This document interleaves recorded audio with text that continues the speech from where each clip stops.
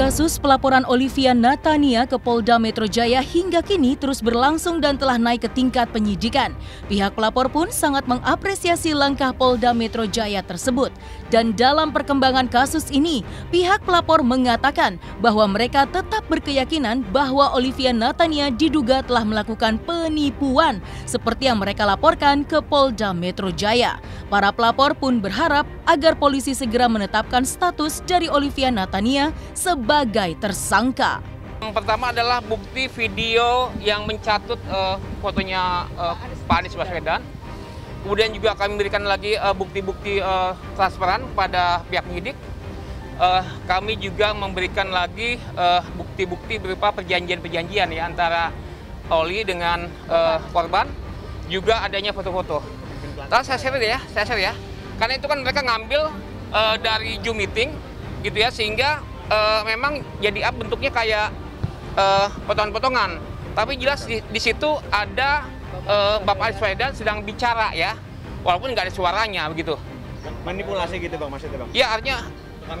Ya artinya bahwa Pak Anies ketika itu diambil gambarnya, videonya, dan ditunjukkan pada para peserta korban CPNS bodong.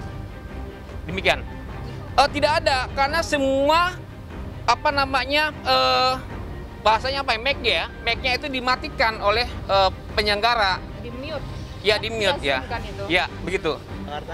Ya, seolah gitu ya. Ada. Dan sebetulnya juga para korban juga sempat diajak oleh Oli itu mendatang ke BKD di balai kota gitu ya. Dan dia nyari momen di mana waktu itu ada peristiwa PPKM. Sehingga waktu Oli dengan para korban dan ke BKD, kondisinya adalah sedang tutup gitu.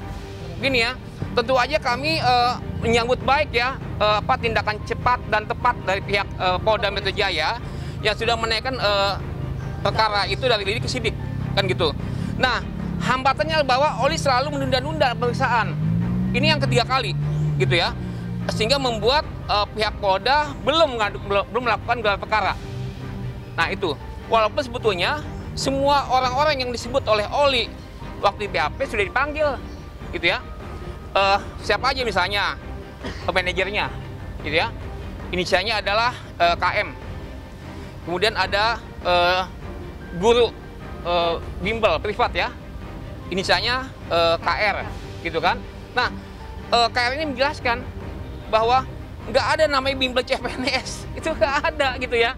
Jadi sebetulnya ketika nama KR itu dimunculkan oleh Oli, makanya polisi manggil si KR, benar apa enggak nih ibu melakukan training ataupun CPNS gitu ya pada korban. Tidak ada. Nah kayak gitu. Jadi jelas sekali bahwa Oli sudah nggak punya alasan lagi untuk bilang bahwa ini adalah uang untuk bimbel, tuh nggak ada. Nggak ada sama sekali. Bukan, karena ya termasuk kemudian yang terakhir tuh ya, yang korban dari Cilacap ya, Bang Mil jelaskan tuh ya. Ya, kalau yang dari Cilacap kemarin kan sama aja seperti kronologinya juga sama gitu kan. Dijanjikan untuk menjadi PNS menggantikan orang yang sudah bukan COVID, kemarin itu narkoba. Dikeluarkan karena narkoba gitu kan. Jadi menggantikan posisi aja, tinggal masuk aja seperti itu. Itu korban yang terakhir Cilacap, dan itu sudah jelas banget. Ada bukti rekaman videonya ada, fotonya ada, semuanya ada, semuanya sangat lengkap. Makanya kalau sekali lagi Oli, kalau kamu menyatakan bahwa ini adalah bimbel, tidak ada bimbel sama sekali, tidak ada sama sekali. Seperti itu. Dan memang buat kami ini adalah peristiwa yang sangat fenomenal ya, di mana sejak zaman reformasi ini baru sekarang loh, ya ada korban yang begitu banyak, ya 205 orang dengan nilai kerugian 9,7 miliar.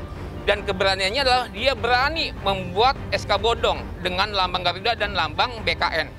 Itu yang buat kita bahwa pihak polisian segera untuk menangkap dan membongkar ya mafia CPNS gitu. Nah, Oli kan bilang bahwa dia punya punya link di BKN. Ya, pejabat-pejabat yang namanya Pak Ari. Ternyata begitu diselidiki oleh pihak penyidik itu nggak ada. Jadi yang namanya Pak Ari itu yang berkomunikasi lewat WA, ya itu mereka sendiri, kubu mereka sendiri, HP mereka sendiri gitu loh. Jadi udah jelas lah ya bahwa udahlah gitu ya, kalau emang dia yakin bahwa dia benar, datang saja ke sini dong, jangan nunda-nunda. Ini udah mungkin yang ketiga kali nunda gitu ya. Nah, jadi besok rencananya dia akan dipanggil kembali. Gitu. Makanya kami sebelum dia dipanggil, kita ingatin lagi nih ya bahwa ada satu perkara besar yang minta segera ditindaklanjuti oleh pihak kepolisian. Ya, walaupun kepolisian saya yakin udah cepat dan tepat, tapi jangan sampai pihak kepolisian dipermainkan oleh Oli dan Raf gitu. Kan selama ini kan memang kan Oli kan selama ini selalu menunda, jadi akhirnya kasus ini jadi lama seperti itu. Jadi ya saya berharap mohon kasus ini dipercepat karena korbannya juga banyak dan sebenarnya korban itu lebih banyak dari ini, cuma nggak berani tampil. Sebenarnya masih banyak yang datang ke kami ya, khususnya ke saya pribadi itu banyak. Pasti orang-orang yang sudah diperiksa oleh pihak kepolisian itu pertama adalah manajernya si Oli, manajernya si ND, kemudian juga bendahara ya mereka, kemudian sekretarisnya juga guru bimbel ya, guru bimbel yang sebetulnya guru bimbelnya untuk anaknya Bu ND gitu kan, tapi kemudian oleh Oli dipergunakan figurnya seolah-olah sebagai guru bimbel untuk CPNS. Dan dia udah ngebantah, saya tidak pernah memberikan bimbel untuk CPNS. Tidak ada, saksi semua jelas tidak ada bimbel. Ya bahkan kemudian pada hari ini adalah konfrontasi ya antara yang namanya Eki tuh ya, Eki yang orang mengaku sebagai orang BKN dengan korban dipertemukan kan gitu ya. Dan Eki bilang kan bahwa iya betul memang ada penipuan di situ. Nah, makanya dipertemukan. Jelaslah bahwa perkara ini bukan perkara yang susah untuk diangkat gitu kan, hanya menjadi lambat karena Oli selalu nunda-nunda gitu. Ya, dinaikkan statusnya. Dinaikkan statusnya jadi tersangka setidaknya. Udah jarang komunikasi sama ibunya aja, sama pengacaranya. Gimana Bang? Maksudnya ya tetap Oli kan harus bertanggung jawab dan menjalani. Tinggalkan proses saja.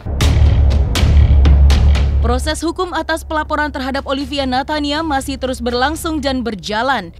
Beberapa waktu yang lalu pun Farhad Abbas sempat menyebut jika Olivia Natania memiliki riwayat daya halusinasi yang tinggi. Lantas, seperti apa tanggapan para pelapor akan pernyataan dari Farhad Abbas tentang kondisi psikologis dari Olivia Natania?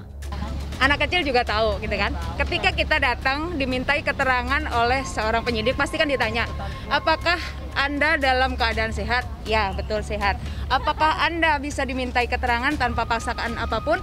Betul. Artinya apa? Sehat kan? Kalau misalnya dia gila, ada nggak mas-mas mbak-mbak semuanya kenal orang gila yang doyan duit miliaran? Ada nggak? Nggak ada. Ini kan drama ini kan baru terjadi ya setelah bingung mungkin ya. Mau mengelak seperti apa, mau maju juga seperti apa. Jadi kalau buat saya silahkan mau buat drama apapun itu bebas ya gitu kan. Cuman kalau buat drama itu main film aja, nggak usah di dunia nyata seperti ini gitu aja sih. Kalau memang sakit ya buktikan aja dengan surat dokternya gitu kan. Masa ya dokter mau dibikin surat bohong, surat tipu, panggil lagi sama polisi kan gitu. Jadi kalau memang mau berdrama ria dia sakit itu hak dia gitu kan, tapi kalau memang itu kita buktikan aja kalau memang dia sakit atau apa. Karena kejadian ini, kalau saya dapat informasi dari Daniati, Oi ini memiliki satu daya halusinasi yang mungkin tidak ada beban, sehingga dia merasa punya uang, merasa ada orang tua dan akan selesai dan lain sebagainya. Mungkin, nah, sehingga nanti kita mau kaji lagi apakah perlu dirawat atau tidak.